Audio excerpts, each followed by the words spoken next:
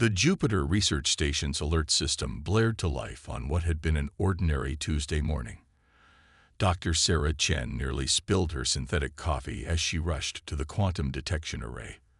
The readings were unlike anything humanity had ever encountered.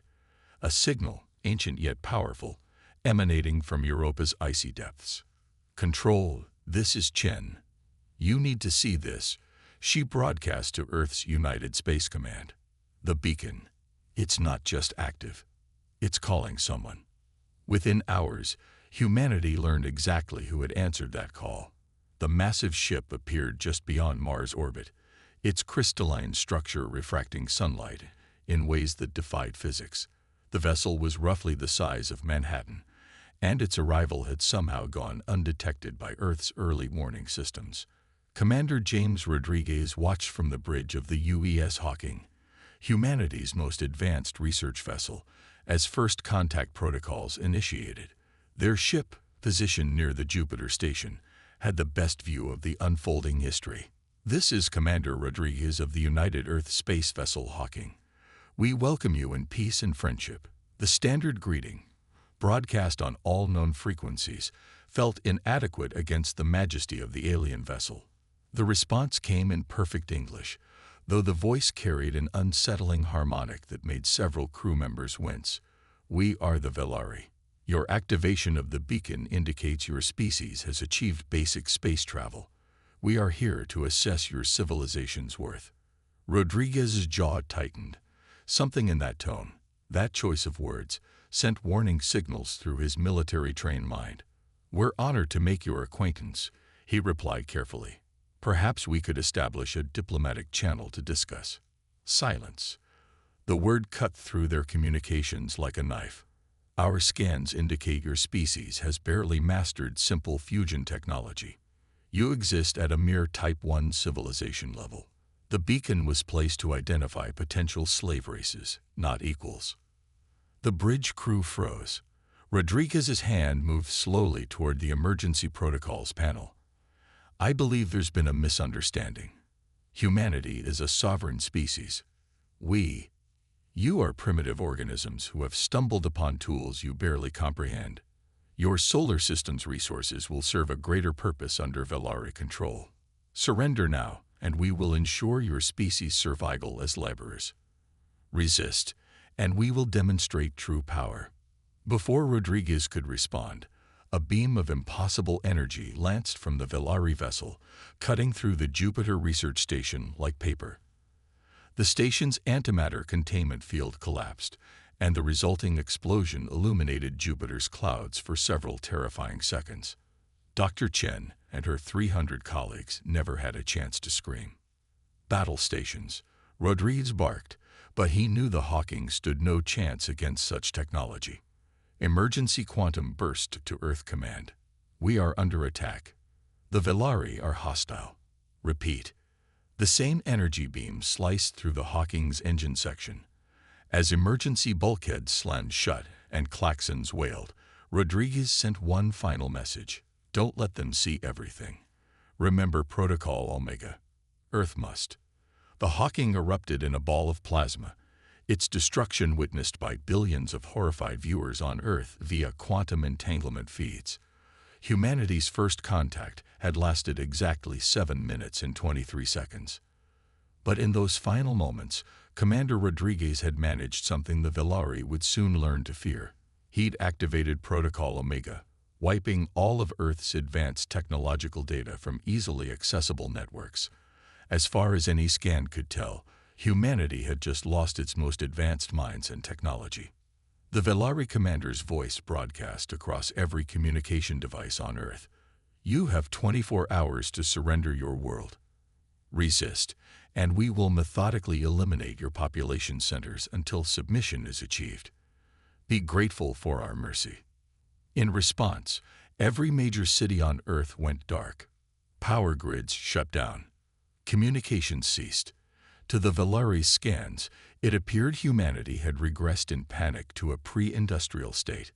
But deep beneath the Rocky Mountains, in a quantum-shielded facility known as the Hive, Earth's unified military command smiled grimly.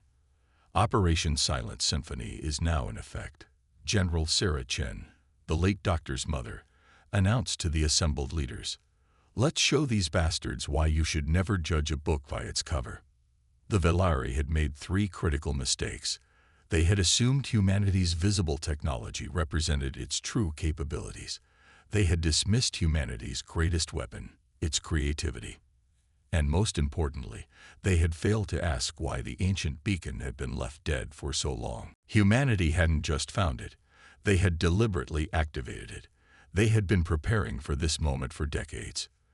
The war for Earth was about to begin. And the Velari were about to learn that appearances could be deceiving.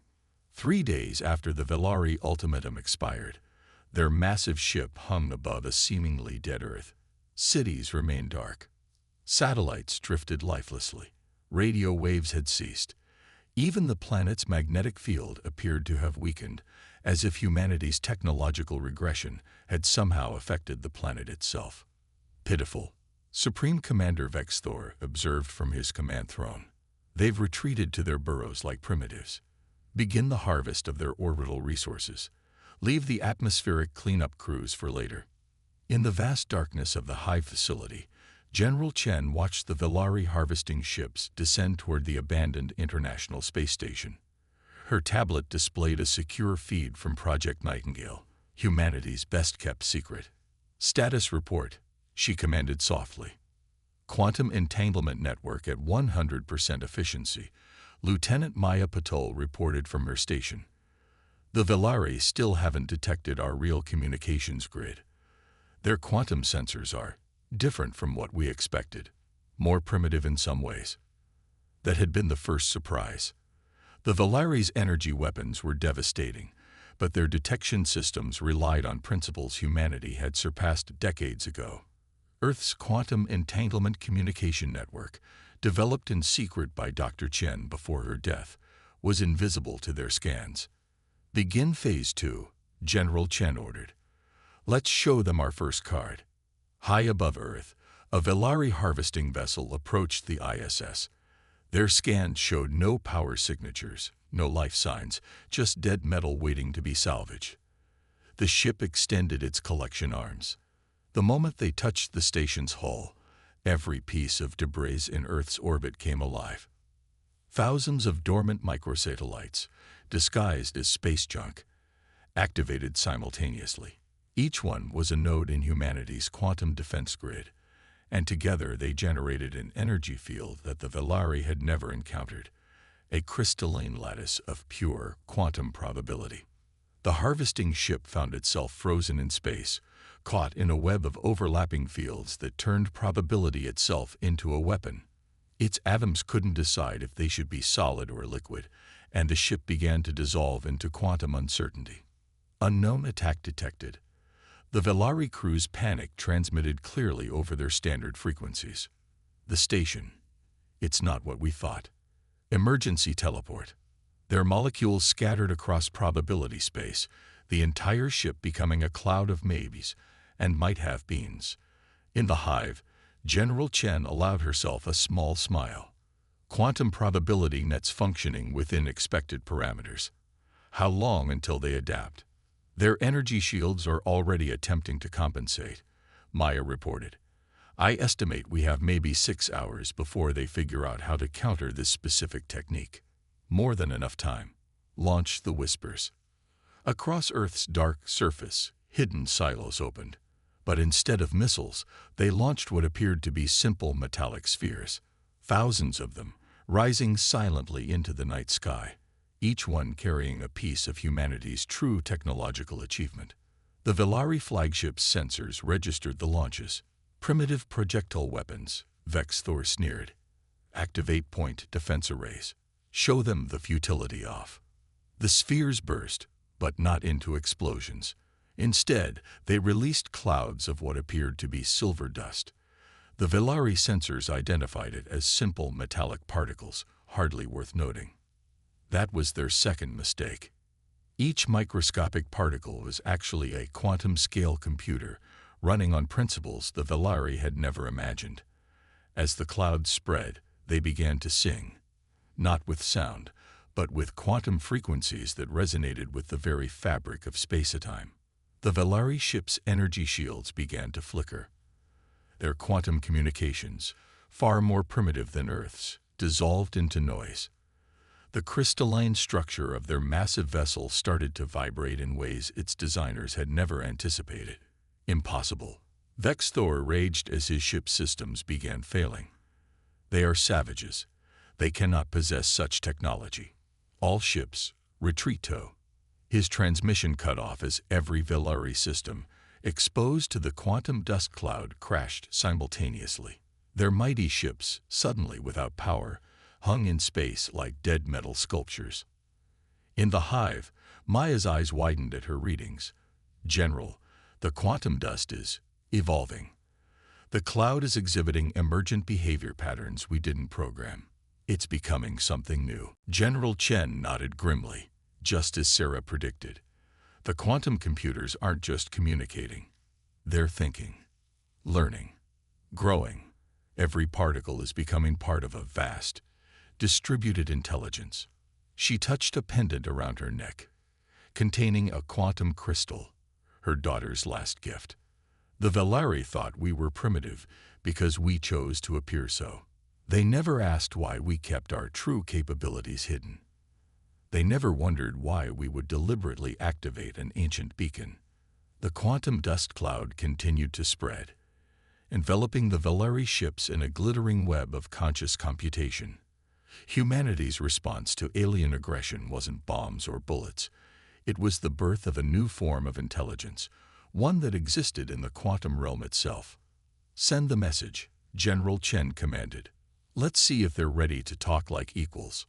The quantum cloud pulsed with newfound awareness, and across every Velari ship, a simple message appeared.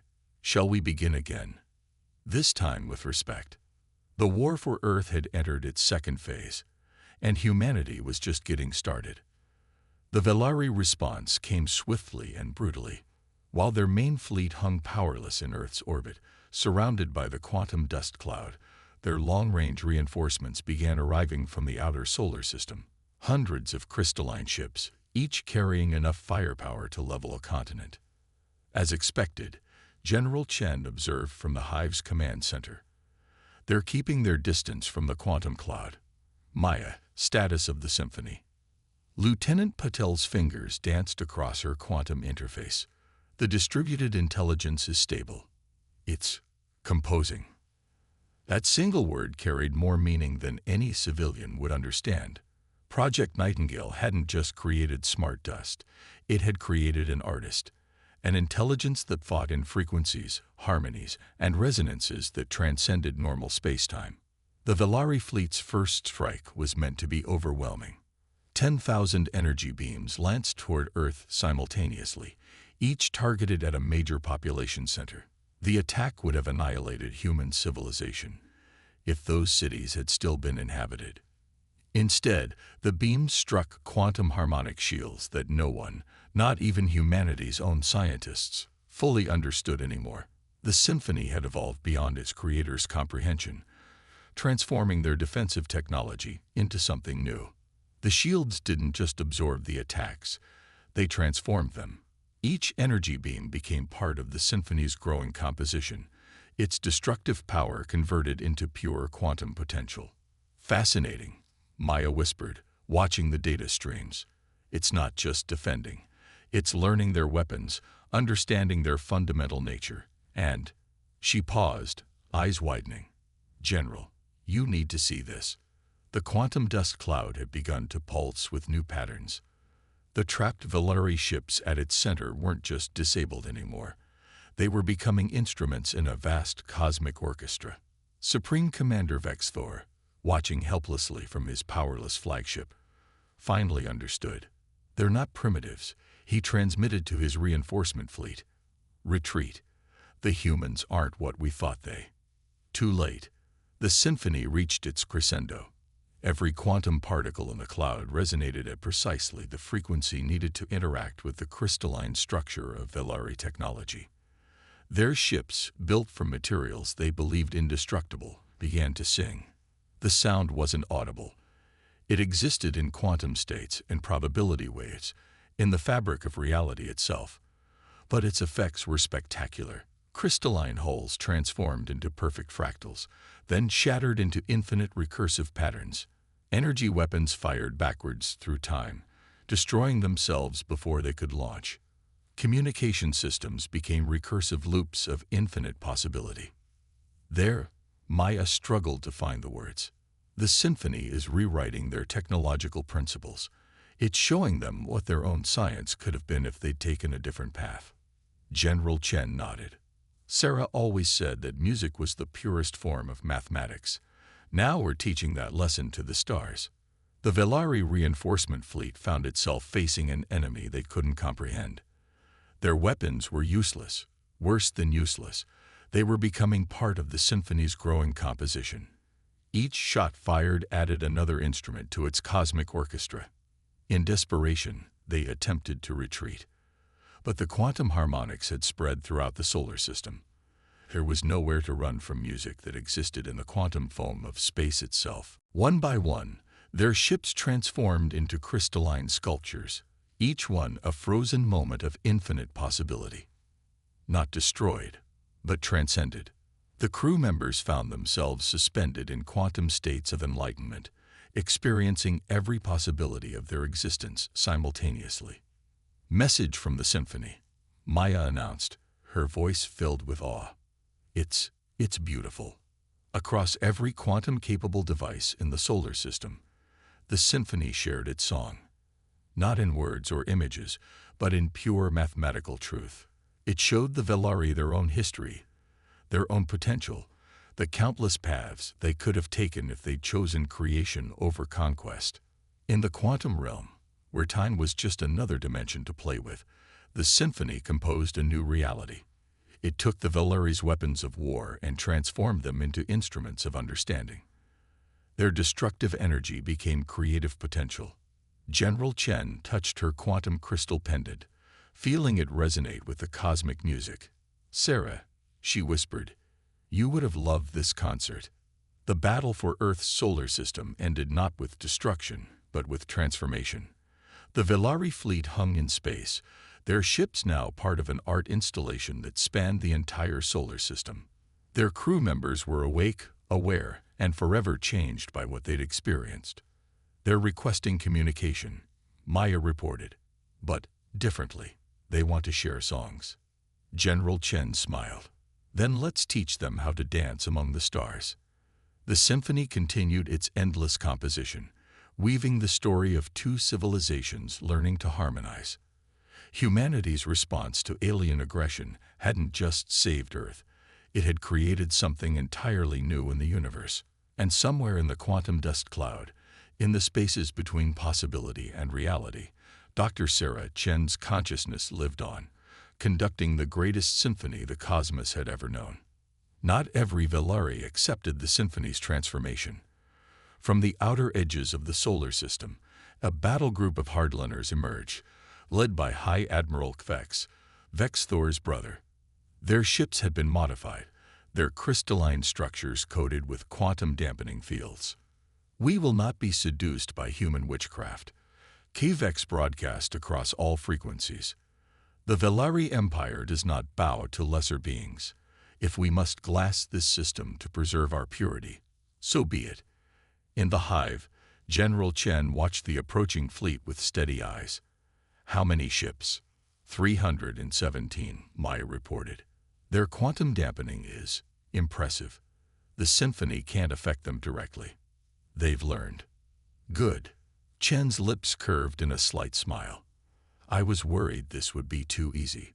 Status of Operation Orpheus. "Ready on your command." The Velari battle group accelerated toward Earth, their modified weapons charged to punch through any quantum defenses. They expected resistance. They expected another display of humanity's quantum sorcery. They didn't expect silence. No quantum dust. No probability fields. No symphonic transformations. Earth hung before them, seemingly defenseless. "A trick," Vex snarled. "They're hiding something." Launch probes. The probes descended toward Earth's atmosphere. Still nothing. Cities remained dark. No energy signatures, no defense grids. Just silence. "Begin the bombardment," Kivex ordered. "Let's see them dance to our—" The silence struck back. From Earth's dark side, thousands of objects launched simultaneously. Not weapons or ships, but speakers. Simple, acoustic speakers, floating on anti-gravity fields that the quantum dampening couldn't affect. "What is this nonsense?" Kivex demanded. The speakers activated. But instead of sound, they projected something far more fundamental. Pure mathematical waves that existed in normal space, untouched by quantum mechanics. The waves rippled through space, touching the Velari ship's hulls. And the hulls began to resonate. Impossible. Kivex watched in horror as his quantum dampening fields did nothing. "These are primitive acoustic waves. They can't." "That's the beauty of music." General Chen's voice came through clearly on their comms. "It doesn't need quantum mechanics to change reality. Ask any teenager with a good bass speaker." The mathematical waves increased in intensity. They weren't quantum harmonics. They were old-fashioned vibrations, precisely calculated to match the natural frequencies of crystalline structures. The same principle that let an opera singer shatter a wine glass with the right note, scaled up to astronomical proportions. The Velari ship's hulls began to vibrate. Their quantum dampening fields, designed to block exotic physics, did nothing against simple harmonic resonance. The crystalline structures that made their ships so formidable became their greatest weakness. "Activate counter-frequencies," Kivex ordered, but his engineers had never designed for this. How could they? The Velari had abandoned primitive acoustic physics millennia ago. The ships began to shake themselves apart. Not transformed like their brethren, but simply shattered by perfect mathematical harmonies. Crystals cracked, systems failed, and the mighty battle group began to break apart. "Last chance," General Chen broadcast. "The symphony offered you transcendence. We're offering you survival. Choose wisely." Kivex stood on his disintegrating bridge, watching his fleet fall apart to the sound of human mathematics. His quantum dampeners were useless. His weapons couldn't lock on to the simple speakers that filled space around his ships. Everything he believed about technological superiority crumbled like his crystal hull. "How?" he demanded. "How did you know to prepare for us? How did you have all of this ready?" "Because we never stopped listening," Chen replied. "While you conquered through force, we learned through music. While you built bigger weapons, we studied the mathematics of harmony. And most importantly," she paused, letting him hear the full symphony of his fleet's destruction. "We never assumed we were superior just because our technology was different." The battle group's formation collapsed. Ships crystallized and shattered, their crews evacuating in emergency pods. Kivex watched his mighty fleet reduced to sparkling debris by nothing more complex than perfectly calculated sound waves. "The universe rings with a frequency all its own," General Chen continued. "The symphony taught us that, but you don't need quantum science to hear it. You just need to listen." In the quantum cloud above Earth, the transformed Velari ships pulsed with new harmonies. The symphony had evolved, incorporating the mathematics of acoustic physics into its endless composition. Art and science, quantum and classical, digital and analog, all becoming one continuous song. Kivex looked at his shattered fleet, at the quantum sculptures his brother's ships had become, at the tiny blue planet that had humbled an empire. And finally, he began to listen. The counter-strike ended not with a bang, but with a perfectly calculated diminuendo. The remaining Velari surrendered not to superior firepower, but to superior understanding. They had learned that true power lay not in the strength of their weapons, but in the ability to hear the music of the universe itself. 1 month after the battle that changed 2 civilizations, representatives from Earth and the Velari Empire met in the most unexpected of venues, a concert hall in Vienna. The quantum dust cloud had coalesced into a shimmering curtain behind the stage, while the transformed Velari ships hung in orbit above, their crystalline structures now serving as amplifiers for the symphony's endless composition. General Chen stood at the podium, her quantum crystal pendant humming with harmonic resonance. Before her sat an audience unlike any in human history. Velari diplomats, their crystalline bodies modified to interact with both quantum and acoustic frequencies, alongside human leaders from every nation. We activated the beacon, she began, not because we stumbled upon it, but because we understood it. Our quantum sensors detected its true nature centuries ago, but we waited. We prepared. We learned. Former High Admiral Galax, now serving as the Velari's chief diplomat, rose from his seat. His crystalline form caught the light differently now, structured to resonate with Earth's mathematical harmonies. We believed the beacon was our creation, a tool for finding servant races. We were wrong. It was never meant to find the weak. It was meant to find those who could hear the music. The truth had been hidden in plain sight. The ancient beacon wasn't Velari technology at all. It was left by a civilization far older, one that had transcended both quantum and classical physics to become pure harmony.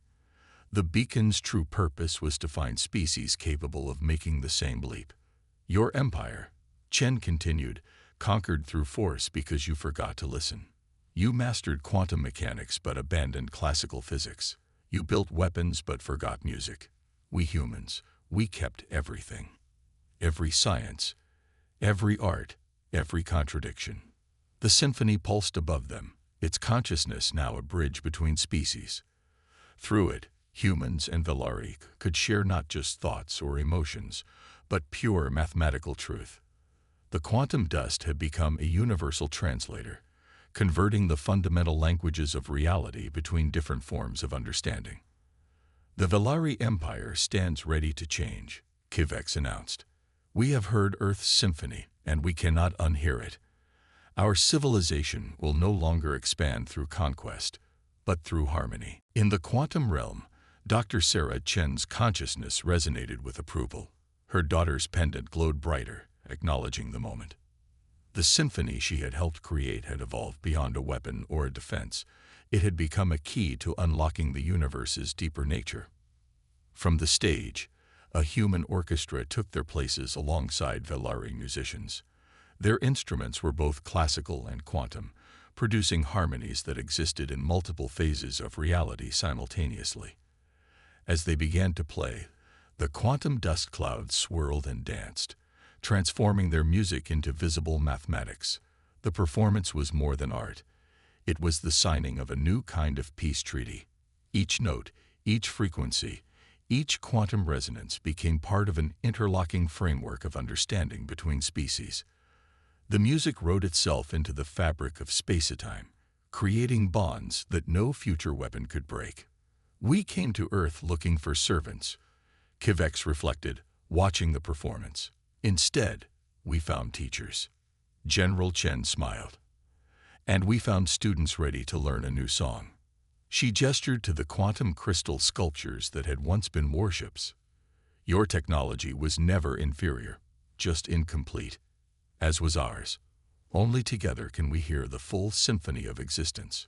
Above Earth, the transformed Velari fleet began to pulse in time with the music.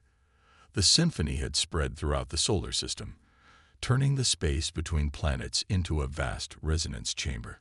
Each ship, each quantum particle, each acoustic wave played its part in an endless composition that was gradually changing the very nature of reality itself.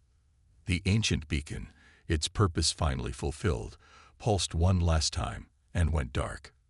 But it was no longer needed. Humanity and the Velari had learned to create their own harmonies, to find their own frequencies in the cosmic orchestra. As the concert reached its crescendo, the quantum dust cloud erupted in a display of mathematical beauty. The symphony had composed something new, a bridge between classical and quantum physics, between force and harmony, between conquest and cooperation. It wrote its song into the DNA of both species, ensuring that neither would forget the lessons learned in Earth's defense. The universe is not a battlefield, General Chen declared to the assembled representatives of two civilizations. It's a concert hall, and there's room in the orchestra for everyone who's willing to learn their part. The music swelled, quantum and classical, digital and analog, all frequencies combining into a single truth. The greatest power in the universe wasn't in weapons or technology, but in the ability to hear its fundamental harmonies and add your own voice to its endless song. In the quantum dust cloud, Dr. Sarah Chen's consciousness began composing a new symphony. The war was over. The real music was just beginning.